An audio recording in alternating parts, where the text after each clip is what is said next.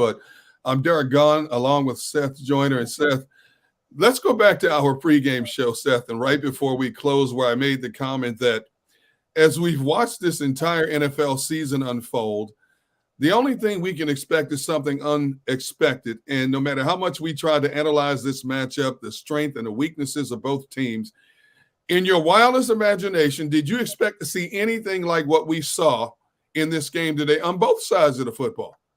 Not even. I mean, I thought that, the first half of the game is really how I kind of envisioned the game going. Each team had 4 possessions. Each team had, 1 turnover. And then you go to the second half and you're talking, 6, 7, 8 possessions in the second half alone.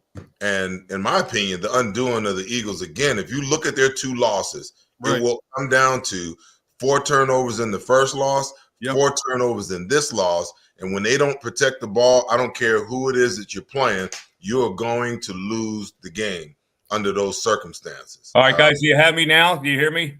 Yeah, we got it. Okay, all right. Sorry about that. We had a little technical problem there, but I was saying it was a shame because Minshew really did play well. A couple of those interceptions were really good plays by the Dallas Cowboys, and he gave them a chance to win. And this game came down to 3 particular elements, I thought. The one was that they allowed that T.Y. Hilton bomb. He made a great catch on that. That led to the tying TD.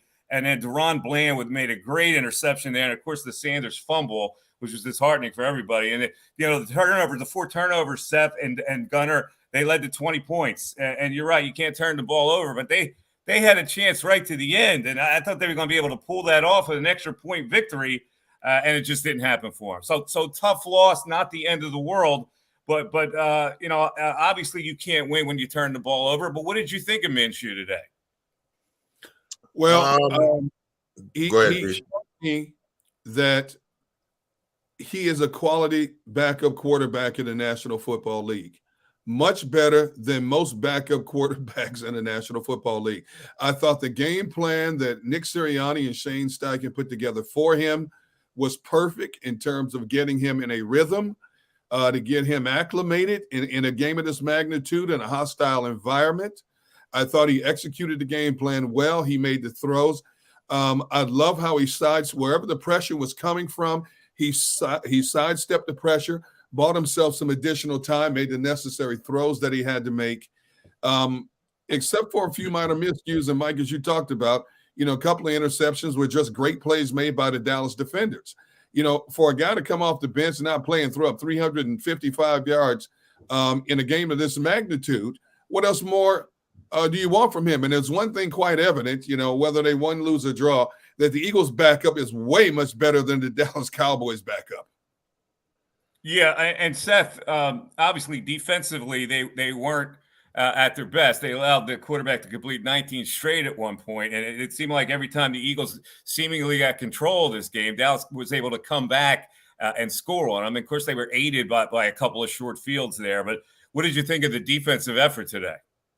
I felt like, the turning point in the game was when Devonta Maddox went out.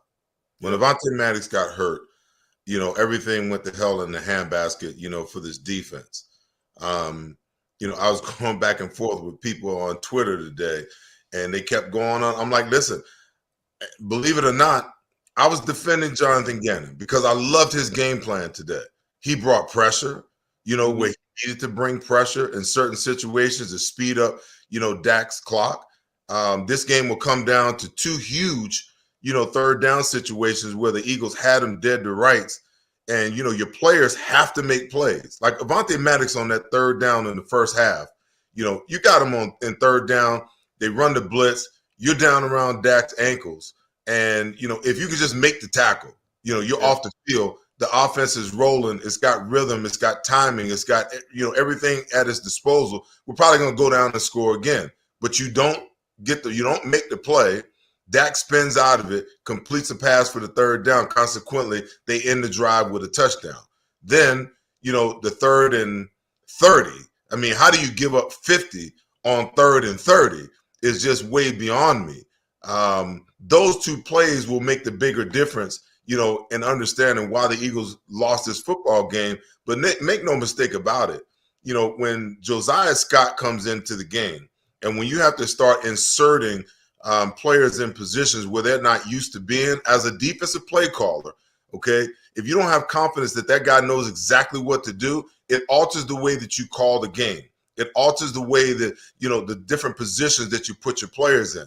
And last but not least, TJ Edwards is a great player for this Eagles defense. He is a passing game liability, and teams are beginning to scheme him in the passing game. When you get 3 receivers to one side and they take the tight end and they swap him out and put CeeDee Lamb in the middle, that is a mismatch. Even in zone coverage, that's a mismatch that TJ Edwards is not going to win. And then when you get him in man situation, even when you're 2-by-2 against the tight end, he can't make that coverage. So now you pick your poison, because what are they going to do? If you put him on the back and put Kazir White over on the tight end or on that number 3 guy, your coverage situation is 10 times better. But what are they now going to do? Now they're going to start scheming the running back out of the backfield, trying to get TJ Edwards matched up on a Pollard out of the backfield. So you can't win. And it's one of those situations, as I watch it, you can see teams begin to game plan. Okay, if we need to pass the ball, we can make hay in the middle of the field. And that's where the Dallas Cowboys dominated this defense, especially in the second half, is in the middle portion of the field, because we could not stand up to what they were doing. And, the bomb that you cite, the Eagles looked like they had them down and out in that series. They got the sack fumble, and they didn't get on it. It was ripped out of the hands of an Eagle. Reddick got that one. And then the sack by Sweat, it looked like they were down and out. And then he flings the bomb to T.Y. Hilton, who, they just picked up, and he's a savvy receiver. I get it. But that was a killer, because, that led to them getting a touchdown on that. And CeeDee Lamb with a great move on Bradbury on that play, where Bradbury thought he was going to go inside and he cut out. And that was a monster touchdown. So you put that together with the turnovers, and it ruined Christmas Eve a little bit. But again, we're in a situation now where they need one win to clinch this whole thing. And Dallas survives. They would have to win out, and the Eagles have to lose out. So it still looks like they're going to get the number 1 seed.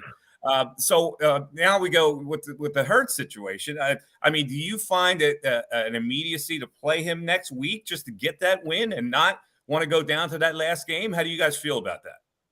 Well, it depends on what the medical experts say.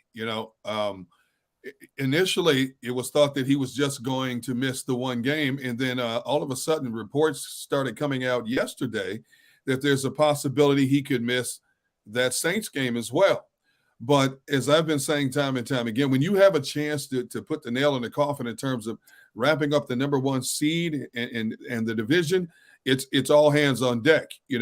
He came back and played with that shoulder injury and into the fourth quarter and threw the ball well against the Chicago Bears. But as Seth will tell you, when you have that adrenaline rush, your body doesn't feel a lot of things until you start to relax, and the body relaxes and the next day. Now, I'm waiting to see what happens now. What do they define as a sense of urgency? Now, in no way, shape, or form are the New Orleans Saints anywhere close to being what the Philadelphia Eagles are. But again, on any given Sunday, you just don't know what happens. And you've got to put the nail in the coffin. I do believe Gardner Minshew, based on the way he played today, is good enough to be that guy to help the Eagles put the nail in the coffin next Sunday against the Saints. But everybody's going to hone in on what exactly is going on with Jalen Hurts if he doesn't play next Sunday. Well, Seth, injured players, it's a funny thing when you need one win. And can you afford to let it go down to the last game to let him heal a little longer? I mean, how would you play this right now? I think you have to, examine, and only the Eagles and Jalen Hurts really knows the severity of this injury. I look at it from the standpoint that, hey, he played a third of a quarter in the full fourth quarter with it the way that it was. And he was as impressive in that quarter as he was any other time in the football game. What kind of pain is he actually in? Does it hurt him to throw the ball? Is he throwing the ball with comfortability? Is there accuracy? Is there strength in the arm? If all of those things are a thumbs up, then you roll them out and you got to play them next week. I don't think you can afford to go into week 18 needing to beat the New York Giants in a divisional game, to wrap up what you need to wrap up and get it done. I think, with the Eagles, Gardner Minshew played a great game today. There's no doubt about it. But the way that this offense is designed, he can't do in this offense what Jalen Hurts can do in this offense. That's just a fact. There was a couple of times where he got out of the pocket. I seen him scramble, and the defense, kind of got to him really quick. You're not getting a Jalen Hurts like that. He's going to make a first down. He's going to get you the yards that you need. I'm not so sure that Jalen Hurts misses some of those plays, some of those passing plays that Gardner Minshew missed today. I really didn't like the way he was backing out of, the pocket rather than stepping into the pocket and trusting his offensive line to get done what he needed to get done. It's a sticky situation, because if Jalen goes out there and he gets hurt again or he aggravates it, now you're in recovery process all the way up throughout, until you get back on the field in the playoffs. If he goes out and he plays well, then you afford yourself the opportunity in week 18 to sit him and rest him, let him strengthen it up a little bit, and put Gardner Minshew back out there again. But I think the dynamicism that you lose not having Jalen Hurts on the field running this offense, if he can play, is a big difference. And in my opinion, I don't think there's any question about that. I mean, I think Mike too. I honestly believe, if he played today and he was 75% of what he could have been, then I believe the Eagles win this football game. Yeah, you're probably right about that. And the one thing Minshew didn't want to do, it looked like, was to make a mistake. He threw a lot of balls away early. He got rid of play. He burned plays early because he didn't, want to make a mistake there. He didn't want to get sacked. They want to hang in there to see if he could actually make something. Yeah, it was a smart, controlled way to play the football game for Minshew, and I thought he did a good job with that and made enough good throws for them to win. And the 4 turnovers just kind of erased that whole thing. Now I want to look at the end of this game. And I thought Mike McCarthy was going to give the Eagles this game because it was at the end, and they decided to go for it on 4th down. And I'm thinking, okay, there's 2 ways of doing this. One is you hope they go offside so you can convert it easily. And the other thing is that you're actually thinking that you want to go for it there, because clearly the move was they had 1 timeout left. Clearly the move is to kick that field goal, make them want to score a touchdown, make them have to score a touchdown, only 1 timeout left. And I thought, and McCarthy's had terrible time management problems over his years, but they wound up doing the right thing. It was baffling to me that he wound up doing the right thing by kicking that field goal, which made the Eagles come back. But in that last drive, I got to say, Devonta Smith was a man today. That dude played a great game, and that high point catch that he made on that last drive. And when I saw that play, I said, if he makes that catch, they're going to win this game. I mean, I was deadly sure they were going to win that game after he made that catch.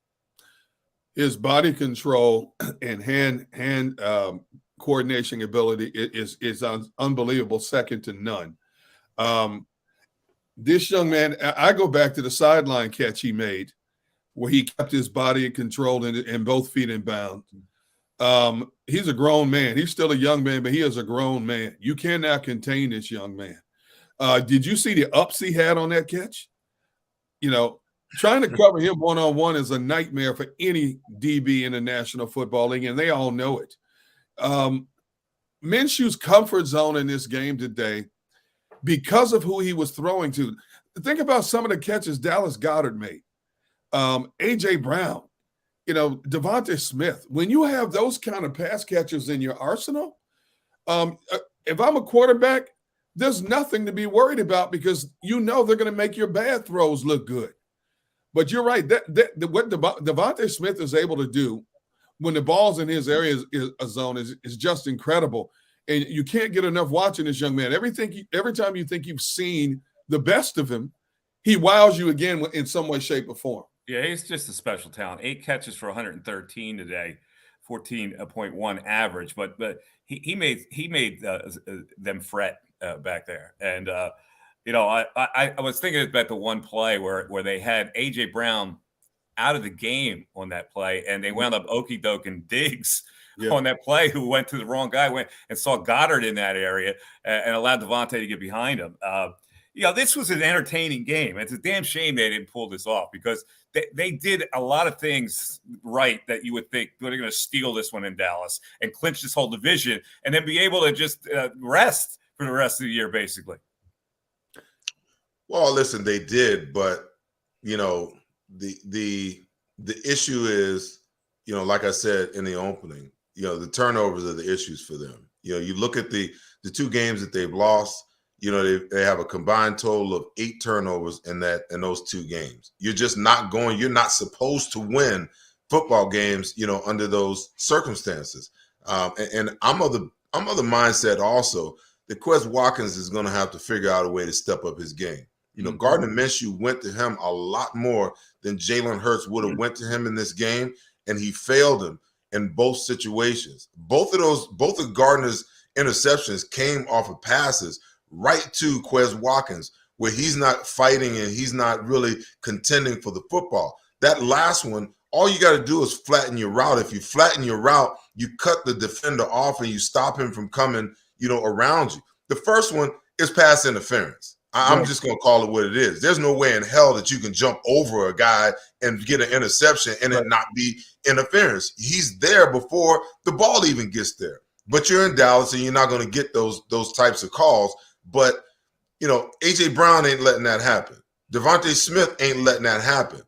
Quez Watkins got to figure out a way, if he's going to play the amount of snaps that he's going to play, he's got to figure out a way where he's not the damn weak link at the wide receiver position. If he's going to be that way, then you need to take Zach Pascal and move him into the slot, because he's got to play with better strength and better intensity and better urgency at that position, because they're going to need him. Yeah, I couldn't agree more. He had to get tougher on a couple of those plays and allow Dallas to come out with a better result there. So, I mean, there's so many things that happened in this game. I mean, the first half was crazy up and down, and then the second half was crazy up and down. And I think there's one punt this whole game, right? Dallas punted once. The Eagles didn't punt at all. And once they got a 3 and out, once the Eagles got that 3 and out, I said, okay, well, they finally got control of this thing, and they never really got control, even though they did have a 10-point lead in this game at one point. I did feel when they went up 27-17, I honestly thought the Eagles had the game in hand. I thought they had control of the game, and I didn't think there was any way, shape, or form that Dallas would be able to catch up with them and let alone surpass them as well. You play games of this magnitude, you cannot turn the football over plain and serious. You can't. You just cannot. There's a lot of fault to go around for the way things turned itself out. But, for the Eagles go in there without their MVP candidate quarterback to put up over 442 yards of offense on its team, 34 points in their backyards, that says something in itself about if your main quarterback was in there, this game would have been a blowout. And then, listen, go ahead, Mike. I'm going to say, you're right. The 27-17, when they took that lead, that was the play that Devonta made with where Diggs got okey-doked on Goddard. I did think that was going to be a touchdown that really broke Dallas, because they even then they just came back with a field goal, make it 27-20.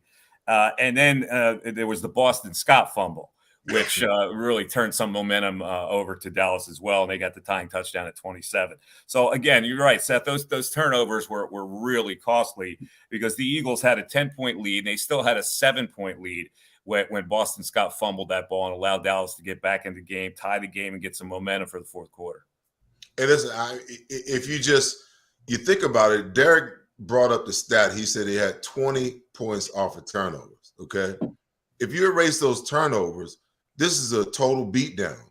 And every single one of those turnovers negates potential opportunities to score on those possessions for the offense, So, I mean, you can't overcome that, because you're taking possessions away from yourself and you're giving possessions to the other team. and you're giving hope to the other team. The whole thing with, Boston Scott, I'm going to give part of the blame to Gardner. I'm going to give part of the blame to Boston Scott. Boston's got to get the ball. I don't care where he places it. But Gardner's also got to realize that he's got a guy playing running back that's replacing a guy that's maybe 6 foot with a guy that's probably 5'6", 5'7", 5'8", okay? So the mesh point is a lot lower. You got to be aware of that. He put that ball right up under his chin on his chest, So, yeah, he couldn't really get to it. But listen, we can go on and on. There's so many. Let's talk about Darius Slay for a second. I don't know what has happened to him over the last 5 or 6 weeks, but he looks lost, And here's a guy that just made another Pro Bowl, and he hadn't been playing like a Pro Bowl player the last 5, 6, 7 weeks. I don't know what's going on with him, but he seems unsure where he's supposed to be and what he's supposed to be doing. I don't know if he's injured. I don't know what the circumstances are, but you expect for this guy, one of the highest paid defensive players on your team, to be a difference maker, and he's been a liability the last 3, 4, 5 weeks, man. I don't know what it is. Yeah, that's a good call. He has not played well. He didn't play well in this game. He was behind the play a lot. Collided with a defensive back on one play. Seemed to be upset at somebody on the sidelines. I don't know what that was all about. But you're right. He has not played. Bradbury didn't play that well today either. So, when you allow 40 points, your defense isn't exactly covering itself in glory. So, again, this is not the end of the world. And they need one win to clinch it, and they most likely are going to get that. So we're gonna be at least go through a bye here where the Eagles have a fighting chance of entertaining everybody to come to their place. Now, speaking of injuries, Lane Johnson's usually part of this show. We're being told that Lane will not be able to make this show. He suffered an injury late in the game. I don't know what you guys saw on that, but Lane was out, and it's unfortunate. I can't blame Driscoll, but he had a chance to pick up that fumble, and he missed it. I don't know if Lane misses that, but what are you hearing about Lane, Derek? As of right now, they're still evaluating. If you look at the way the play unfolded, we didn't see him get injured, until after the play. They never showed the replay of how he got injured. He limped off the field, he went into the tent, and then he went into the locker room. So I've reached out to him and a couple of other people to see what's going on. So hopefully he can get some kind of update in terms of what happened. Now, somebody who's in the know who just texted me back said, not sure exactly what he did. And this is a person that was down on the field. So if this person doesn't know exactly what's going on with Lane yet, then we're going to be held in the dark for a little bit longer unless Nick Sirianni comes out to the podium and explains exactly what happened to him. All right, so we won't have Lane, so we'll just kick more of this around. There's so much to talk about in this game. It's mind blowing, back and forth, and each touchdown. And we usually do something called the drive of the game, and I was befuddled with the drive of the game. I thought I had it settled when the Eagles, late in the game when they went 13 plays, 75 yards to take a 34-27 lead. And again, they looked like they had control, and then they didn't have control. It was a very odd game. I don't know what the over-under was in terms of points, but I don't think it was 74. No, it definitely went over. And the Cowboys wound up, they were a 5-point favorite going into this game, I guess because Minshew was going to start. Ironically, they were a 1-point underdog. The Eagles, if Jalen Hurts would have played, we talked about that line, it went up to 5. So, Dallas winds up covering, which is it's no big deal. So, I was going to wear my Christmas hat. I was all gacked up. I had the Christmas hat all going on, the Santa cap. So it's a Christmas Eve that's a little bit bittersweet here. We'll take a break, and we'll come back on the Pond Lehocky Eagles postgame show. I'm Mike Missinelli with Derek Gunn and Seth Joyner. As you can see, those guys are in their home little studios here. I'm hanging out at Ocean still. You can see the beautiful pool behind me. I'm suspended in air at Ocean Casino as we do this show. And we'll come back. Devin Caney is going to join us, obviously, with the Diamond Debate. And we'll have our 2-minute drill. We'll have our drive at the game. We have game balls. We have all kinds of things to talk about with this 40-20 or 34 victory by the Dallas Cowboys today that went down to the wire, and the Eagles almost pulled it off. Let's take a break. We're back after this.